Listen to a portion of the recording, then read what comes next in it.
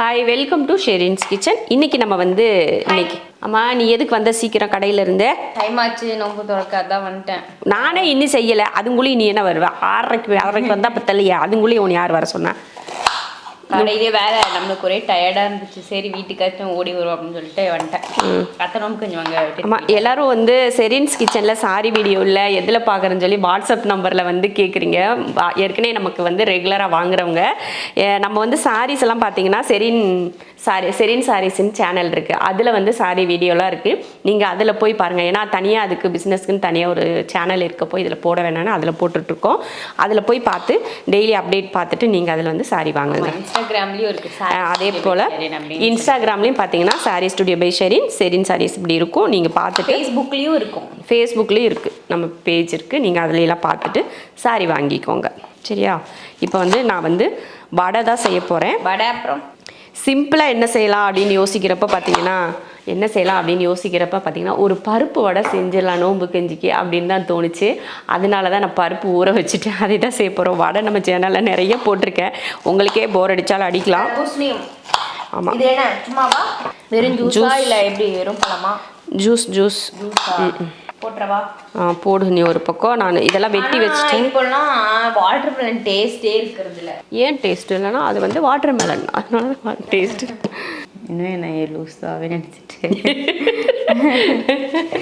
அஸ்மாவும் சின்ன வயசுல குழந்தையில வந்து ஒரு அஸ்பக் வந்து ஒரு ஃபர்ஸ்ட் ஸ்டாண்டர்டுக்கு போற மாதிரி இருப்பான். அஸ்மா யூகேஜி எவ்வளவோ படிச்சுட்டு இருக்குன்னு நினைக்கிறேன். அப்போ வந்து எல்கேஜி குழந்தை, எல்கேஜி. அஸ்பக் வந்து ஃபர்ஸ்ட் ஸ்டாண்டர்டோ யூகேஜியோ படிக்கிறான். அப்போ எங்கள் அத்தா வந்து ஒரு டைம் வந்து எங்களை ஊருக்கு கூட்டிகிட்டு போயிட்டு இருந்தாங்க. ஒட்டஞ்சத்திரத்துக்கிட்ட போகிறப்ப பார்த்தீங்கன்னா அங்கே நிறைய புளிய மரம், அப்போல்லாம் பார்த்தீங்கன்னா நிறைய புளிய மரங்கள் இருக்கும் ரோட்டில். அப்புறம் வயல்லாம் நிறையா இருக்கும். அப்போ போகிறப்போ நன்னா நெல்லு மரம் எங்கே இருக்குது அப்படின்னு சொல்லி கேட்டாங்க 2 பேரும். என்ன புள்ள வளர்த்து வச்சிருக்க, என் நெல் எது புளிய மரம் எதுன்னு தெரியும். புளிய செடின்றாங்க, நெல் மரம்ன்றாங்க, என்ன புள்ள வளர்த்து வச்சிருக்கேன்னு சொல்லி அவர் என்னைய பஸ்ஸில் திட்டிட்டு போனார்.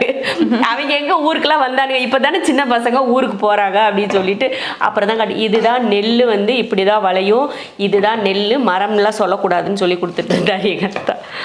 பழைய நினைவுகளா? அவர் வேற பெரிய டேலண்டான ஆளா, இந்த மாதிரி எல்லாம் சொன்னா பிள்ளைங்களை எப்படி வளர்த்துருக்குன்னு சொல்லி என்னையே தான் திட்டுனார். இதெல்லாம் சொல்லி டேலண்டான மனுஷனுக்கு நீ எப்படி பொண்ணா பிறந்த?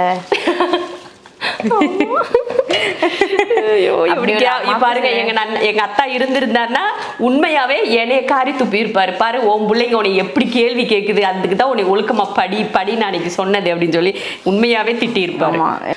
எங்க மாமாவெல்லாம் எங்க நன்னா கட்டி வச்சுலாம் அடிச்சாராம். அப்பெல்லாம் சொல்லுவாங்க. ஏன்னா 10th மார்க் ஃபெயில் ஆயிட்டான்னு சொல்லி எங்க சின்ன அண்ணன் இருக்கான் ஷாஜகான், அவன் 10th மார்க் ஃபெயில் ஆயிட்டான்னு சொல்லிட்டு அப்ப நாங்க எஸ்டேட்ல இருந்தோம். அப்ப வந்து தலைகீழ கட்டி அடி வெளுத்து என்ன மார்க் கம்மியா வாங்கியிருக்கேன்னு சொல்லிட்டு அப்படி ஒரு அடி. நிறைய பேருக்கு எங்க அத்தா கிளாஸ் எடுத்து நிறைய பேர் நல்லபடியா பாஸ் பண்ணி நல்ல பெரிய எல்லாம் இருக்காங்க. அவங்க பசங்க பூரா முட்டாக்கள். ஐயோ ஐயோ, உண்மையே அதுதான். அப்படின்னு சொல்லக்கூடாது, அதான் பிஸ்னஸ் பண்ணுறீங்கல்ல.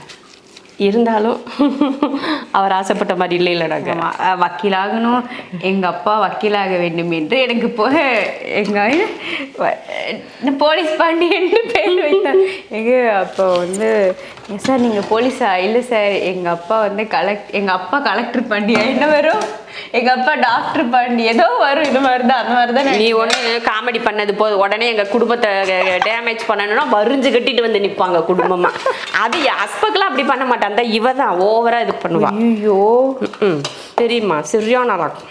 சரி, நீ வந்து எனக்கு சொல்லு, இன்ஸ்ட்ரக்ஷன் சொல்லு, நான் போய் ஒரு பக்கம் அரைக்கிறேன். சரி ஆமா, சும்மா லூசுத்தரமா ஏதாவது குறுக்க பேசக்கூடாது, வீடியோ எடுக்கணும். வரமிளகா 4-5 பூண்டுப்பல், ஒரு பச்சை மிளகாய் வந்து உங்கள் விருப்பத்தை பொறுத்து. நான் வந்து என் காரத்துக்காக நான் சேர்த்துருக்கேன். அப்புறமா சோம்பு பார்த்தீங்கன்னா ஒரு 1/2 ஸ்பூன் சோம்பு. இது கூட ஊற வச்ச பருப்பு. நான் வந்து பருப்பு ஊறுறதுக்கு லேட் ஆகும் அப்படின்னு என்ன பண்ணேன்னா சுடுதண்ணியில் கொஞ்சம் வெதுப்பாக தண்ணி சூடு பண்ணி அதில் போட்டு கொஞ்சம் 1 மணி நேரத்தில் ஊற வச்சு எடுத்துட்டேன். 1/2 மணி நேரத்தில் ஊறிடுன்னு பார்த்தா 1/2 மணி நேரத்தில் ஊறலை. சரி 1 மணி நேரம் ஆயிடுச்சு ஊறுறதுக்கு. அதனால் தண்ணியை வடிச்சிட்டு இதை குறைப்பாக அரைச்சி எடுத்துருவோம். முழுசாக உங்களுக்கு பருப்பு வரல அப்படின்னு இருந்துச்சுன்னா நீங்கள் தனியாக கொஞ்சம் பருப்பு வந்து ஒரு கிண்ணத்தில் எடுத்து வச்சுட்டு மீதியெல்லாம் அரைச்சிக்கோங்க. ரொம்ப வலுன்னு அரைச்சிடக்கூடாது. ஆமாம், நல்லா இருக்காது. நல்ல அந்த கிறிஸ்பியாக இருக்கும், நல்லா மொறு மொறுன்னு இருக்கணும், அப்பதான் ஆமாம். வடைப்பருப்பு வந்து நீங்கள் வந்து ரொம்ப வலுவலுன்னு அரைச்சிட்டிங்கன்னா வடை வந்து முறுமுறுன்னு இருக்காது. குறகுறப்பாக குருணையாக இருந்தால் மட்டும்தான் நீங்கள் பொரிக்கிறப்போ வடை வந்து நல்லா கடிச்சு சாப்பிட்றப்போ மொறுமொறுன்னு இருக்கும். நீங்கள் மாவை அரைச்சிட்டிங்கன்னா அந்த மொறுமுறுப்பு போயிடும். இப்போ இருக்காது. அதானம்மா. எண்ணெய் ஊற்றி விடச்சு. ஓகே. நான் இன்னும் டக்குன்னு வேலை பார்த்தா தான் கரெக்டாக முடியும். கரெக்டாமா? இதுக்கு இங்கே திட்டு வந்தேன். இது ஜூஸ் போடுறோம். அரைச்சதுக்கப்புறம் 1 ஸ்பூன் அளவுக்கு அரிசி மாவு, அப்புறம் பெருங்காயத்தூள்.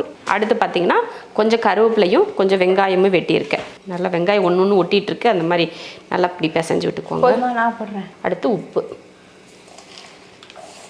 என்னடி செய்கிற ஒன்றொன்னா போட்டுக்கிட்டு போடு. கொஞ்சம் பருப்பு தனியாக கூட நீங்கள் எடுத்து வச்சுக்கோங்க. ஏன்னா நீங்கள் அரைக்கிறப்போ முழு பருப்புலாம் இல்லாமல் இருந்துச்சுன்னா கொஞ்சம் பருப்பு நீங்கள் தனியாக எடுத்து வச்சுட்டு இந்த மாதிரி போட்டுக்கிட்டிங்கன்னா பரவாயில்ல. இது ஊற வச்ச பருப்பு தான், கையில் வராமல் அது அப்படியே இருந்து ஊற வச்ச பருப்பு தான். அள்ளுறப்ப கடைசியில் கொஞ்சம் விட்டு போச்சு இந்த பருப்பு. அவ்வளோதான். நான் வந்து போடுறேன். அஸ்மா நீ ஜூஸ் போடு. ஓகே. என்ன ஜூஸ்? இல்லை பைனாப்பிள் வெட்டி வச்சுருக்குதானே. பைனாப்பிள் எல்லாரும் பேர் சாத்துக்குடி. சே ஆப்பிள் இல்லை வாட்டர் மெலன். சரி ஓகே. இது அரைச்சட்டா என்னென்ன போடணும்? ஒன்றும் இல்லை, சின்ன பாலா. நாங்கள் கூட அன்னைக்கு இது வாங்கிட்டு வந்தோம்ல, லூலு மாலில் வாங்கிட்டு வந்து இஃப்தார் பண்ணோம்ல, அப்போது அந்த மொஹாபத் கா ஷர்பத் சத்தியமாக ரொம்ப மோசமாக இருந்துச்சு. இந்த மாதிரி கடையில் ஜூஸ் வாங்கி குடிக்காதீங்க. அவ்வளோதான். இப்போ நான் வந்து வடை தட்டுறேன். நீ போய் அதை அது மூலியம் நான் வடையை தட்டி சீடெல்லாம் இருக்குது, பரவாயில்ல. அதெல்லாம் பைனாப்பிள் சீடெல்லாம் சாப்பிட்லாம். பைனாப்பிள் இல்லை, வாட்டர் மெலன், தர்பூசணி சீடெல்லாம் சாப்பிட்றலாம். அதனால நீ போட்டு அரைச்சி சரியா. குட்டி குட்டியாக வந்து வடை போட்டுக்கலாம். நம்ம பெரிய வடையெல்லாம் நமக்கு வேண்டாம், குட்டி வடை போடுவோம். வடைக்கடையிலாம் வடை வாங்குவோம் இல்லையா, அந்த மாதிரி. நாங்கள் ரொம்ப நாளைக்கு அப்புறமா வந்து 1 வருஷம் ஆச்சு நான் வந்து ஹோமுக்கு போய் இந்த தடவை போய் பாட்டி அவங்கள போய் பார்த்துட்டு வந்தேன். ரொம்ப மனசு வந்து ரொம்ப சந்தோஷமாக இருந்துச்சு. என்னைக்கு இல்லாத அளவுக்கு ஒரு சந்தோஷம் என்னன்னு தெரியல. இப்போ இந்த 1 வருஷத்துக்கு அப்புறமா போனதுனால அவங்களுக்கு பக்கமாக இருக்கிறப்ப நம்ம அடிக்கடி சமையல் செஞ்சு எடுத்துகிட்டு போய் கொடுத்தோம். இப்போ அவங்க வேறு இடத்துக்கு மேட்டுப்பாளையத்து பக்கத்துக்கிட்ட போயிட்டாங்க. எங்கன்னா டீச்சர்ஸ் காலனிக்கும் கொஞ்சம் தாண்டி மேட்டுப்பாளையத்துக்கு கொஞ்சம் முன்னாடி கொஞ்சம் தள்ளி. அதனால நம்ம சமைச்சு கரெக்ட் டைமுக்கு அவங்களுக்கு கொண்டு போய் கொடுக்கல. ஏன்னா அவங்க வந்து காலையில் சாப்பிட்றாங்கன்னா 7:30க்கெலாம் அவங்க சாப்பிட ஸ்டார்ட் பண்ணிடுவாங்க. அந்த மாதிரி நம்ம சமைச்சு அவ்வளோ தூரம் எடுத்துகிட்டு போகிறதுக்கு முடியாதனால சமையல் இப்போ பண்ணவே முடியறதில்ல அவங்களுக்கு. அதனால் போய் அவங்கள போய் பார்த்துட்டு வரலான்னு சொல்லிட்டு முந்தா நாள் போனோம். ரொம்ப சந்தோஷமாக இருந்துச்சு அவங்கள பார்க்குறப்போ. ஒரு சிலர் வந்து ஞாபகம் இல்லாமல் மறந்துட்டாங்க. மற்ற நிறைய பேர் பார்த்தீங்கன்னா நம்மளை நல்லா ஞாபகம் வச்சுட்டு ரொம்ப சந்தோஷமாக பாட்டி தாத்தா நல்லா இருமான்னு சொல்லிட்டு நல்லா ப்ரே பண்ணி அனுப்பிச்சாங்க. ரொம்ப சந்தோஷமாக இருந்துச்சு. மனசு வந்து நிறைவாக இருந்துச்சு. ஆமாம். ஒரு தாத்தாலாம் சூப்பராக இங்கிலீஷ் பேசுனானா மறந்துட்டேன். தாத்தா இப்படி தாத்தா இங்கிலீஷ் பேசும்போது எனக்கு வந்து பாதி மறந்துச்சு. ஐயோ அடுத்து என்ன சொல்கிறது அப்படின்னு சொல்லிட்டு சூப்பராக இங்கிலீஷ் பேசினார். நம்மளாம் 1 டிகிரி முடிச்சுட்டு என்ன சீன் போடுறோம். தாத்தா 5 டிகிரி +2 +1 +2க்கு வந்துட்டு ஃபிசிக்ஸ் அண்ட் ஜுவாலஜி பாட்னி எல்லாமே எடுக்கிறாராமா. பார்த்துட்டு நானும் அப்பா தாத்தா எவ்வளோ பெரிய ஆளா அப்படின்ட்டு இருந்துச்சு. எவ்வளோ 4 degree MEd MA BA BEd இதெல்லாம் எனத்தையாவது வளராது. அவர் அந்த டிகிரி சொல்லவே. பிஏ எம்ஏ எம்எட் பிஎட் இதெல்லாம் முடிச்சிருக்காரு தாத்தா.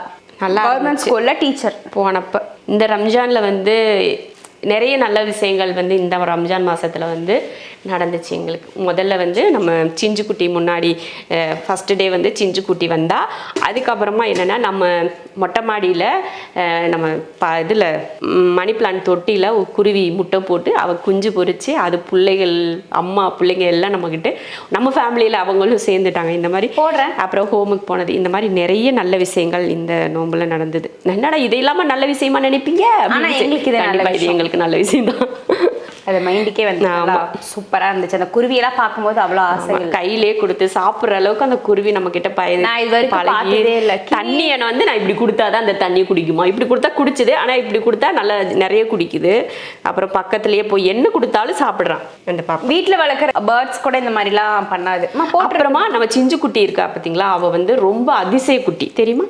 ஏன் தெரியுங்களா? ஒவ்வொரு கேட்டுக்கு வந்து ரொம்ப ரேராக தான் அந்த கேட்டு நமக்கு வந்து பிறக்குமா பூனைங்களுக்கு. அதாவது ஒரு கண் வந்து ப்ளூ கலராகவும் இன்னொரு கண் வந்து நார்மலாக பூனைங்களுக்கு இருக்கிற 2 கண்ணும் ஒவ்வொன்றும் ஒவ்வொரு விதமாக இருக்கும் அந்த கலர். அதுவும் ஐஸ் ப்ளூன்னு சொல்லுவாங்கல்ல, அந்த மாதிரி ரொம்ப செம்ம க்யூட்டாக இருப்பா, செம்ம அழகாக இருப்பா. எல்லாம் ஷாஷா தான் அழகு நினச்சிட்டு இருந்தோம். ஷாஷாவும் அழகு தான், ஆனால் சிஞ்சு வந்து அது ஒரு விதமான அழகு, ஷாஷா ஒரு விதமான அழகு. ஆமாம். போட்டுட்டுமாமா ரொம்ப நீ போய் ஜூஸை போடுற வேலையை பாரு. நான் போடுறேன் நீ ஜூஸ் போடு போ. பிரியா சரி சரி ஜூஸை போடுங்க. அங்கே போய் எண்ணெய் வந்து நல்லா காஞ்சிருச்சு. ஜல்லடை இருக்குல்ல அதில் போய் வடிகட்டுப்போ. அதில் குட்டி குட்டி சீட்லாம் வரும்னு பார்த்தேன். என்னென்ன போட்ட புதினா மிளகெல்லாம் போட்டியா? அதெல்லாம் போடல. அப்புறம் அதெல்லாம் போடலைன்னா இப்படி தான் இருக்குமா அந்த ஜூஸு? பியூர் வாட்டர்மெலன் ஜூஸ், வெறும் சுகரு, வாட்டர்மெலன். தண்ணி ஊற்றலையா? தண்ணி ஊற்றினேன். வடிகட்டிடுறேம்மா. ஓகே, நம்ம இது வந்து ஃபில்டர் பண்ணிடலாம். Nice nice, very nice. இந்தா. தேங்க்ஸ் மதி. ஊற்றி நம்ம ஃப்ரிட்ஜுக்குள்ளே வச்சு அப்போ தான் குடிக்கும்போது நல்லா சில்லு சில்லுன்னு இருக்கும். Okay done. எனக்கு வாட்டர்மெலன் ஜூஸ் ரொம்ப பிடிக்கும். யாருக்கெல்லாம் பிடிக்கும் சொல்லிடுறேன். அஸ்பக்கும் சாப்பிடுவான். ஹோட்டலுக்கு போனால் வாட்டர்மெலன் மொஜிட்டோ தான் சாப்பிடுவான். ஹெச்எம்ஆர்ல நல்லா இருக்கும். நீயே குடிக்க மாட்டேன். ஹெச்எம்ஆர்ல பிரியாணி மட்டும் தான் நல்லா இருக்காது, மீதி எல்லாமே நல்லா இருக்கும். ஏய், ஹெச்எம்ஆர் ஃபேமஸே பிரியாணிக்கு தான். இது ஒரு லூசுப்பா. எனக்கு பிடிக்காது.